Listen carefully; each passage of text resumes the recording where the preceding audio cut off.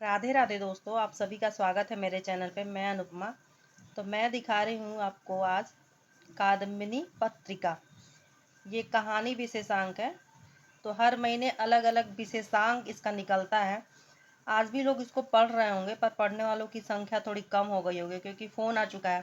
पहले क्या था, जब मैं हाई स्कूल इंटर में पढ़ती थी तो इसको हम लोग वेट करते थे कि कब आए। जैसे मेरे बड़े पापा मंगाते थे हर महीने, कई बार हम लोग भी मंगा लेते थे। तो मतलब एक चाव रहता था मन में कि जल्दी से आए तो हम लोग इसकी स्टोरी पढ़ें। इसमें स्टोरियाँ भी होती थी। तो ये अलग अलग हर महीने जो है अलग अलग विशेषांक निकलता है।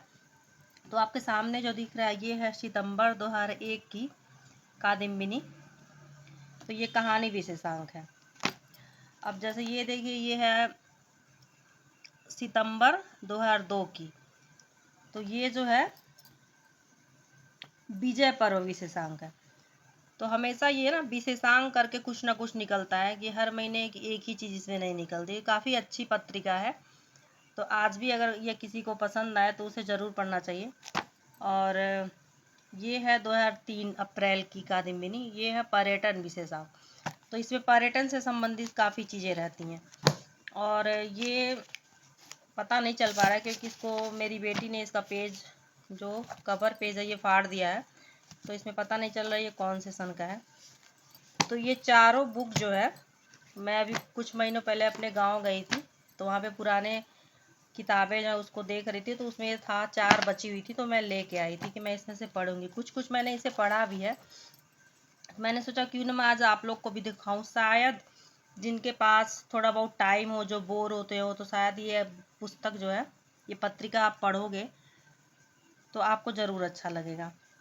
आप भी पढ़ते होंगे लोग। तो मैं इसके कुछ कुछ चीज़ें आपको दिखाऊंगी। मुझे बहुत ही पसंद है इसमें की कुछ चीज़ें, विशेषकर मुझे ये ज़्यादा पसंद है। तो ये आप देख सकते हो, मैंने रखा हुआ है। जब भी मैं फ्री होती हूँ तो इसमें कुछ ना कुछ पढ़ती हूँ मैं। जैसे कि आप देख सकते हो, विजय पर्व विशेषांक में हो सकता है काफ़ी लोग के पास ये पुस्तक हो भी, ये पत्रिका। तो ज्ञान गंगा में आप देखिए ये इस तरह से निकलता है। बहुत ही अच्छी चीज़ें निकलती हैं इसमें। क्योंकि आज लोग पढ़ते नहीं हैं, मैं भी बहुत कम पढ़ती हूँ, लेकिन कभी कभी पढ़ लेती हूँ क्योंकि मैं लेके आई हूँ। तो जैसा कि आप देख सकते हो कि इसे इसमें एक निकला हुआ है, कविता ही समझ सकते हैं। घोर तिमिर में राह दिखाते स्वयं सारथी हमें निरंतर। तो इसको मैं आपको पढ़ के सुनाती हूँ। जीवन में जय जय में जीवन, एक ग्रंथ में सभी विधाएं, मानव दानव परमेश्वर भी देते हैं अपनी संविधाएं। एक वंश की नहीं देश की, एक देश की नहीं मनुज की, कथा मनुज के अभ्यंतर की, नहीं ज्येष्ठ की नहीं अनुज की। मनोव्यथा में वेद व्यास की, महासमर में सर्वनाश की, युद्ध क्षेत्र में श्रीनिवास की, वाणी जीवन के विकास की।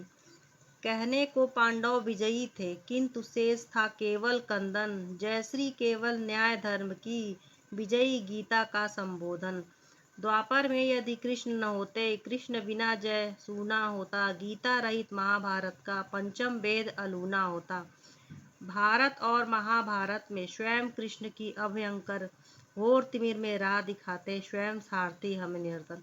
ये है डॉक्टर लक्ष्मी मल्ल सिंघवी का जय महाभारत की मूल्य परवाची नाम है। में ज्योतिष और समस्या और समाधान भी निकलता है। ये कहानी आत्मविश्वास। ये है ब्रज की 84 वैष्णव यात्रा, आप देख सकते हो। बहुत ही अच्छी पत्रिका है। और ये है विजय का पर्व है नवरात्र। तो नवरात्र का भी निकला हुआ है।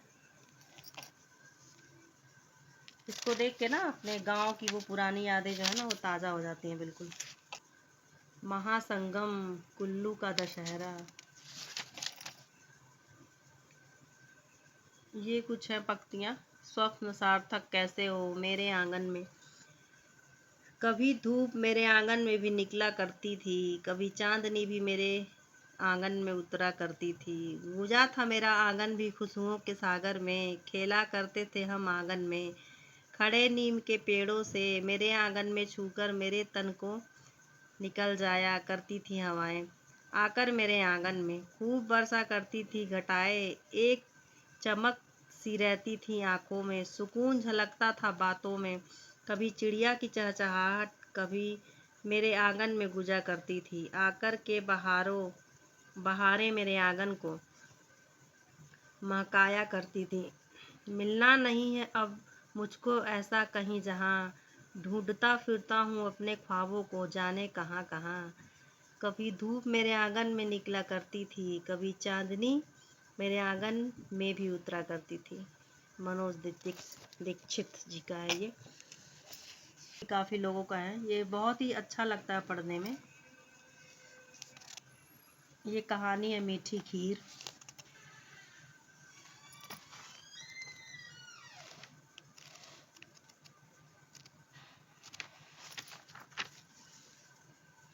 अब हम कहानी भी शशांक को देखते हैं। कहानी भी शशांक की भी कुछ झलकियाँ मैं आपको दिखाना चाहूँगी। तो ये गया का इसमें निकला हुआ है। एक शहर को बचाने के लिए पिंडदान। पढ़ने में बहुत इंटरेस्टिंग लगता है कि मैं आप सभी लोगों से, जो पुस्तक प्रेमी हैं, उन लोगों से अनुरोध करूँगी कि अगर वो खाली उनके पास टाइम है तो वो इस पुस्तक को, इस पत्रिका को ज़रूर पढ़ें।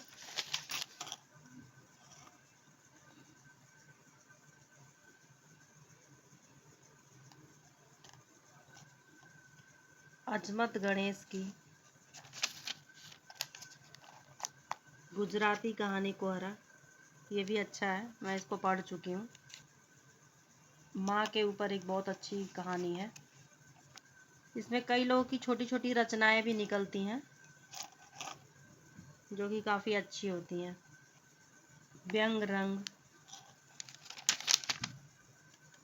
सवाल, सब मैं पढ़ चुकी हूँ, लेकिन मैं लेके आई हूँ तो मैं दोबारा रिपीट कर रही हूँ क्योंकि भूल भी चुकी हूँ। तो 2-3 कहानी, अभी तो ज़्यादा नहीं पढ़ा मैंने, 2-3 पढ़ा। विधि विधान,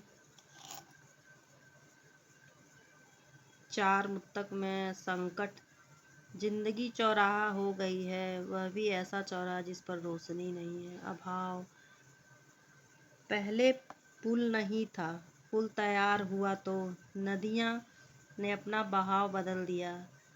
अब जहाँ पुल है वहाँ नदियाँ नहीं है, जहाँ नदियाँ हैं वहाँ पुल नहीं है। काश कवच वितरित होते और तलवारें जमा। बेवफाई, कितने प्यार से ओठों से लगाया और फिर भी कितनी बेदर्दी से फेंक दिया। रात के 3 बजे रेलवे स्टेशन पर कुल्हड़ को उसमें रखी चाय पीकर। वाह वाह, क्या बात है। रोशनी के सफ़र को चले, जिंदगी के शहर को चले, इस जगह दम घुटा जा रहा, फिर बचाकर नज़र को चले। रात संगीन होने लगी, फिर सुनहरी शहर को चले, वादियों में नशा है बहुत, गंध वाली डगर को चले। एक घर है वहाँ प्रेम का, लौट अपने ही घर को चले। इस पहर में कुछ भी रहा, गांव मंदिर नगर को चले, वक्त जाने कहाँ रुक गई, लो इधर से उधर को चले, रोशनी के सफ़र को चले, जिंदगी के शहर को चले।